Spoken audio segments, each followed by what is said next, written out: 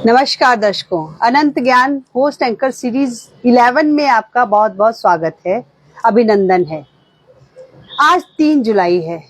3 जुलाई international plastic bag free day के रूप में मनाया जाता है, अर्थात अंतर्राष्ट्रीय प्लास्टिक बैग मुक्त दिवस। हमें प्लास्टिक का कम से कम उपयोग करना चाहिए ताकि हमारा पर्यावरण शुद्ध हो सके और हम स्वच्छ जीवन को व्यतीत कर सकें। कहते हैं कि कुछ लोगों का जज्बा इतना बुलंदियों को छूता है कि उसके लिए हमें खुदा भी उनसे पूछता है कि क्या किया जाए तुम्हारे बारे में, तुम्हारी तकदीर के बारे में। तो एक शेर अर्ज है आपके सामने कि खुदी को कर बुलंद इतना कि हर तकदीर से पहले खुदा बंदे से पूछे कि बता तेरी रजा क्या है। इसी जज्बे के साथ आज हमारे साथ स्टूडियो में उपस्थित हैं प्रेसिडेंट अवार्ड से 2022 में सम्मानित, नारी शक्ति सम्मान से सम्मानित अंशुल मल्होत्रा जी, जिनके पिता को शिल्प गुरु का अवार्ड दिया जा चुका है 2012 में। तो अंशुल, आपका अनंत ज्ञान होस्ट एंकर सीरीज में बहुत बहुत स्वागत है, अभिनंदन है।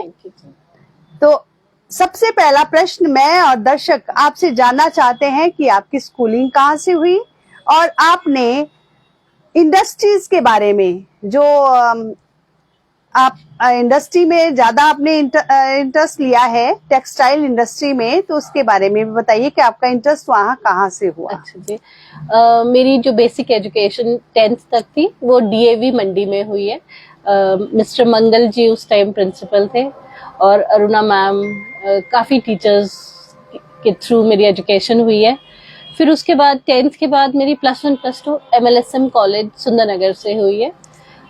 फिर उसके बाद मैंने टेक्सटाइल इंजीनियरिंग भिवानी से की है, जो एक टेक्सटाइल इंस्टीट्यूट है और बिरला वालों का इंस्टीट्यूट है। तो वहाँ से मेरी टेक्सटाइल इंजीनियरिंग 2005 में कंप्लीट हुई थी। टेक्सटाइल इंजीनियरिंग लेने का रीज़न एक था कि घर में एक तो टेक्सटाइल फैक्ट्री थी जो मेरे पापा ने शुरू करी थी और हम लोग धागा और शॉलों का काम करते थे। तो एक बहुत मशहूर डिजाइनर ऋतु कुमार जी आए और मैंने सोचा कि इस फील्ड में करने के लिए, क्योंकि पहले नहीं पता था टेक्सटाइल इंजीनियरिंग है क्या, तो उनसे पता लगा कि अपने टेक्सटाइल से रिलेटेड काम करने के लिए आपको इंजीनियरिंग करनी पड़ेगी, तो एक प्रोफेशनल कोर्स करना पड़ेगा। तो फिर उस टाइम इतना गूगल भी नहीं होता था कि आप बहुत सर्च कर पाओ, बट ये पता लगा कि टेक्सटाइल के इंडिया में थोड़े से कॉलेजेस हैं। तो फिर किसी ने हमें TIT भिवानी का बताया। ये एक बिरला इंस्टीट्यूट है और बहुत पुराना इंस्टीट्यूट है, रेप्यूटेड इंस्टीट्यूट है। तो फिर वहाँ के लिए मैंने फॉर्म्स वगैरह भरे और +2 के जो भी इनके एग्जाम्स होते हैं वो फिल किया, वो क्वालिफाई किया, तो मुझे इंजीनियरिंग की सीट वहाँ पे मिल गई। तो यही कि अपनी फैमिली को सपोर्ट करने के लिए इंजीनियरिंग करना जरूरी था। तो आपने स्कूलिंग यही मंडी से की और आप मंडी से ही बिलोंग करती हैं। तो अगला प्रश्न मेरा आपसे ये रहेगा कि जैसे डिजाइन्स हैं या प्रोडक्ट हैं आपके, जो शॉल इंडस्ट्रीज में है, आपके टेक्सटाइल इंडस्ट्रीज में है, तो उससे आपको कहाँ से आप वो डिजाइन लेती हैं और कैसे उसको एक्सप्लोर करवाती हैं? एक्चुअली मैंने देखा जो हमारे पुराने डिजाइन्स हैं, कुल्लू किनौरी जो डिजाइन्स, कलर कॉम्बिनेशन है वो ब्राइट होते थे। तो हमने उसको जब नेशनल और इंटरनेशनल मार्केट में देखा तो सोबर कलर कॉम्बिनेशन की बड़ी वो होती थी। फिर मैंने कुछ टेम्पल्स कवर किए, मोनेस्ट्रीज कवर की, जो कॉम्बिनेशन पेंटिंग्स में थे या पुरानी बुक्स में जो खत्म हो चुके थे डिजाइन, तो वो ही कॉम्बिनेशन हमने उठाए। कई बार इंस्पिरेशन कई साड़ी से हो गई, कई बार कोई पेंटिंग है जो मोनेस्ट्रीज में बनी है पर पुरानी वाली, तो वो कॉम्बिनेशंस उठा के हमने शॉलों पे लाए। तो जो किनौरी के कलर्स जो ब्राइट थे वो तो बिकते ही बिकते हैं, उसके साथ हमने 3-4 टाइप के कलर स्कीम्स के हिसाब से अलग बनाए। फिर जैसे कंट्री वाइज भी हम लोग कॉम्बिनेशन बनाते हैं। जैसे चाइना में 3-4 कलर्स चलते हैं, उनको हम जैसे मोनोटोन्स बोलते हैं, कि उनका ब्लैक, ग्रे, ये 5 कलर्स चलेंगे, ब्लैक, ग्रे, व्हाइट, तो उनके हिसाब से उनके लिए बनाए। बाकी जैसे चिले है या कोई और कंट्री है, जापान है, वहां के कलर कॉम्बिनेशन स्टडी किए कि उनकी क्या लाइकिंग रहती है, फिर उस हिसाब से हमने वो कलर्स भी बनाए और वही कलर्स हमने शॉलों में इंट्रोड्यूस किए, जिससे हमें अच्छी मार्केट मिली। अच्छा, तो ये डिजाइन्स को बनाने में और लोगों का सहयोग लेने में, आप जैसे गांव में भी आप गए होंगे, हाँ जी, तो आपने कैसे उनको मोटिवेट किया कि इस इंडस्ट्री, टेक्सटाइल इंडस्ट्री के साथ आप जुड़े? पहले क्या होता था, देखिए हमारे जो हिमाचल का कल्चर था, पहले गांव में अगर 100 लोग हैं ना, तो 100 लोग खड्डी का काम करेंगे और अपनी बेटी की शादी के लिए शॉल अपने आप बनाते थे। तो एक गांव में अगर 100 लोग हैं तो 100 वीवर्स होते थे। With the passage of time, जैसे जैसे टाइम बीता, वो 100 से सीधा 50 हो गए थे, 50 से सीधा 20 हो गए। तो जैसे जैसे हम जनरेशन आगे जा रही है, पीढ़ी दर पीढ़ी ये काम खत्म हो रहा है। और अब अगर हम एक गांव में देखें, अगर 100 हैं तो सिर्फ 10 बनाने वाले रह गए हैं, और 10 के साथ दुख ये आता है कि उनके बच्चे नहीं करना चाहते। तो गवर्नमेंट प्रोजेक्ट्स काफी सारे हैं जिसमें हमें गांव में भेजा जाता है, क्योंकि देखिए क्यों वीवर्स खत्म हुए, क्योंकि नए डिजाइन बनाने वाला कोई नहीं था। पुराना डिजाइन कितनी बार कोई लेगा। तो गवर्नमेंट ने क्या किया, डिजाइनर्स को गांव में भेजा ताकि वो नए डिजाइन बनाए। जब नए डिजाइन वीवर्स सीखेंगे तो वो बिकेगा भी, और बिकेगा तो ऑब्वियसली वो फिर से बनाएगा। तो इस तरह से, जैसे अभी मैं मनाली के पास एक गांव थी, वहां पे भी गई थी। वहां पे हम 30 वुमेन आर्टिशियंस को सिखा रहे थे। तो जब वो नए डिजाइन बनाते हैं तो वो बिकेगा भी। अभी जैसे एक वीवर का एग्जाम्पल देती हूँ, उसने एक माता का नाम लिखा, बोला कि डिजाइन बनाना है, तो हमने माता का नाम लिखा। उसने कहा मैं पहला शॉल माता को दूंगी। जैसे उसने शॉल दिया, उसके पास और ऑर्डर्स आ गए। तो इस ढंग से हमेशा नए डिजाइन बनाने से वो बिकेगा जल्दी और उनको पैसा आएगा, तो वो फिर से इसी काम में फिर से आएंगे। तो लोगों को मोटिवेट आपने इस तरह से किया, और सेमिनार्स वगैरह कुछ ऐसे लगते हाँ हैं जी, क्या? सेमिनार्स भी, जैसे अभी हम निफ्ट कांगड़ा के साथ भी काम कर रहे हैं। निफ्ट कांगड़ा में भी बच्चों को कल्चर क्यों, हमें हम लोगों को ब्रिज होना है कि ताकि ये चीजें आगे पास हो। तो उन बच्चों को कल्चर को, उनको टॉक्स होती हैं कि आप कल्चर से रिलेटेड काम करो, अपना हेरिटेज है। मैं आपको एक छोटी सी एग्जांपल देती हूँ। अगर एक राजस्थानी है ना, वो दिल्ली आएगा ना, वो अपनी पगड़ी पहन के आएगा। पर हम हिमाचल के लोग अगर दिल्ली जाएंगे, वो टोपी नहीं पहन के जाएंगे, क्योंकि ये हमारा कल्चर है। तो वो कोशिश होती है कि अगर आप किसी को गिफ्ट भी दे तो अपनी कल्चर से रिलेटेड चीज दे। मतलब कल्चर से रिलेटेड क्या होता है, उसमें क्या होता है, आर्टिशंस जुड़े हैं पीछे, चाहे वो मेटल क्राफ्ट है, चाहे वो बैम्बू क्राफ्ट है, चाहे वो टेक्सटाइल है। किसी भी कल्चर से रिलेटेड आप अपना सामान किसी को गिफ्ट करें, उससे क्या होगा, वो जो कारीगर पीछे बैठे हैं उनके घर चलते रहेंगे। तो ये काम करना एक्चुअल जरूरी है जी अब के टाइम में। हमारी जो शान है टोपी, वो मुझे लगता है कि आपका ये पॉइंट अच्छा है। अब धीरे धीरे वो भी रफ्तार पकड़ रही है, तो हर जगह सम्मानित किया जा रहा है टोपी के द्वारा। बिल्कुल, तो एक हमारी पहचान बन चुकी है हमारे स्टेट की। बिल्कुल बिल्कुल जी। आपको हिमाचल स्टेट अवार्ड मिला है, हाँ जी। और वो भी एक ऐसे ख्याल के लिए, मैं ख्याल कहूंगी उसको, कि वो बिल्कुल डिफरेंट सा लगता है कि मैच बॉक्स में पश्मीना। उसके बारे में कुछ बताएं। एक्चुअली हमें ना एक बहुत फाइन क्वालिटी का पश्मीना बनाया। उसमें जो काउंट था 1/120 काउंट का धागा लगा के हमने बहुत फाइन क्वालिटी का पश्मीना का शॉल बनाया, जो एक रिंग से भी निकल जाता था। पर रिंग पश्मीना ऑलरेडी लोगों ने सुना था, तो हमने क्या किया, उसको मैच बॉक्स में पैक कर दिया। 5 रुपीज का जो मैच बॉक्स आता है, उस टाइम वो 5 का आता था, अब तो शायद 10 का आता है। तो वो छोटा सा मैच बॉक्स होता है इतना साइज का, उसमें उसको डाला। तो उससे क्या था कि जब हमने वो अवार्ड के लिए भेजा था, तो राजा जी ने वो अवार्ड दिया था किन्नौर में बुला के, तब मुझे स्टेट अवार्ड मिला था। तो उसकी पैकिंग बहुत अच्छी थी।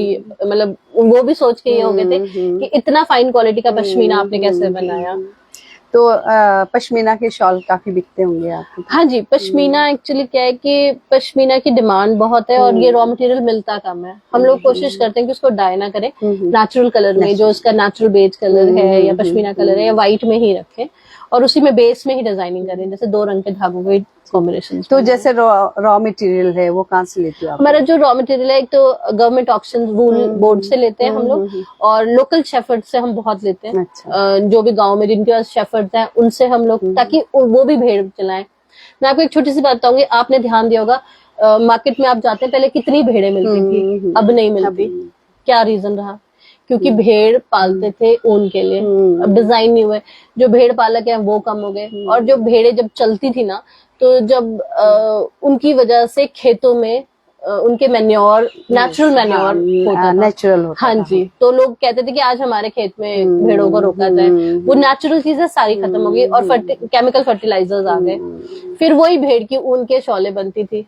टूरिस्ट हमारे पास इतना ज्यादा है, क्यों हम दूसरी स्टेट पे डिपेंडेंट हो जाएं कि हाँ भाई लुधियाना से शॉल है, जब हमारी अपनी स्टेट में सब कुछ है।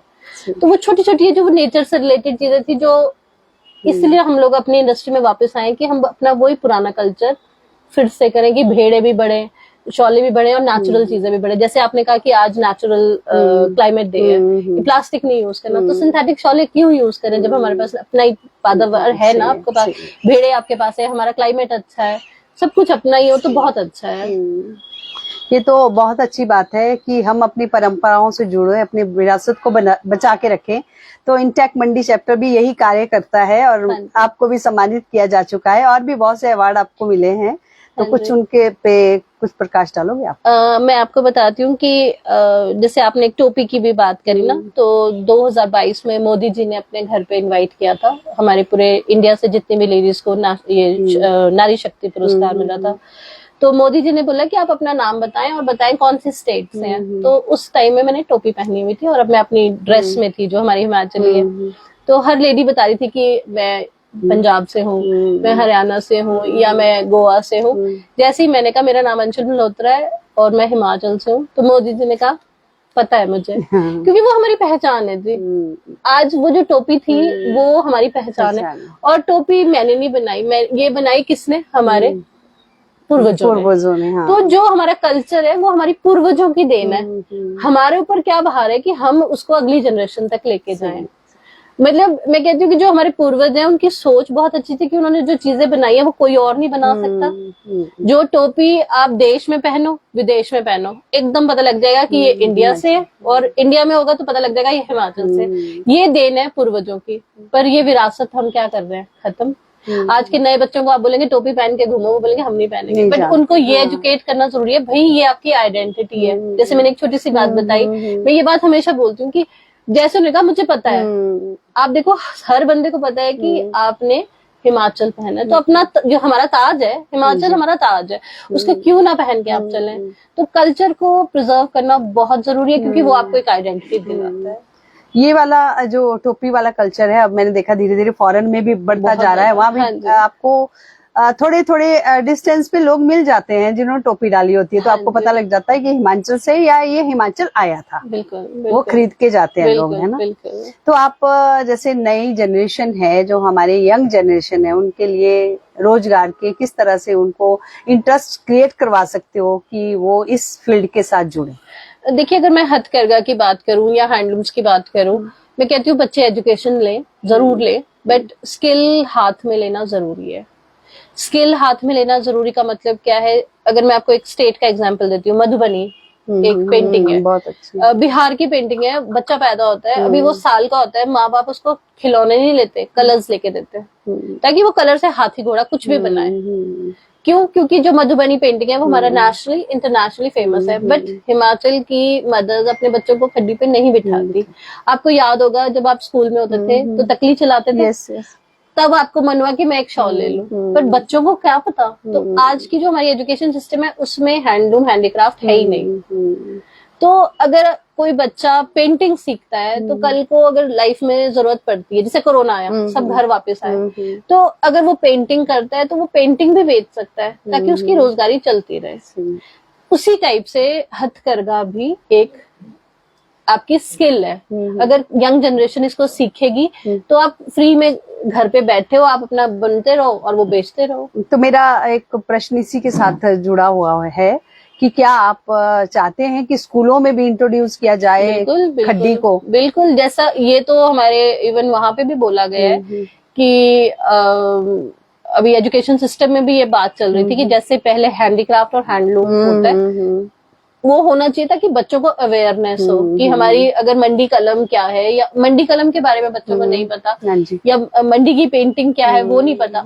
तो अगर ये हमारी एजुकेशन सिस्टम में हर स्टेट का आएगा तो बच्चे इसमें जुड़ेंगे कल्चर के, और एम्प्लॉयमेंट के लिए भी एक दरवाजे खुलेंगे। बिल्कुल। कोई बच्चा अगर जॉब नहीं करता है और अपने कल्चर से रिलेटेड काम करता है, कल को वो एक्सेल करेगा ही करेगा, और अपनी स्टेट की चीजों को कंजर्व भी करेगा, और वो रोजगार अपने लिए भी कमाएगा और औरों को भी देगा। बिल्कुल जी।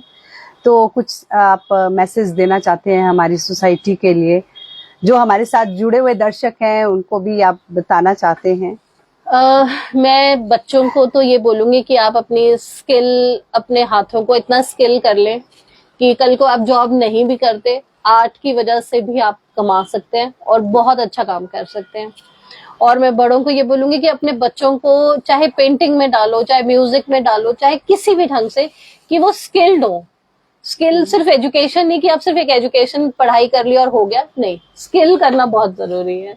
हाँ, तो ये टोपी मुझे अच्छी लग रही है और बहुत खूबसूरत भी होती है टोपी, हमारी शान है, ये हमारी आन है, हिमाचल की पहचान है। बिल्कुल। तो आपका स्टूडियो में पधारने का बहुत बहुत धन्यवाद। Thank you और जी। हम चाहते हैं कि आप और बुलंदियों को छुएं और आगे तक जाएं, थैंक यू, ताकि हम लोग प्राउड फील कर सकें। बहुत बहुत धन्यवाद। थैंक यू, धन्यवाद। थैंक यू दर्शक। Thank you.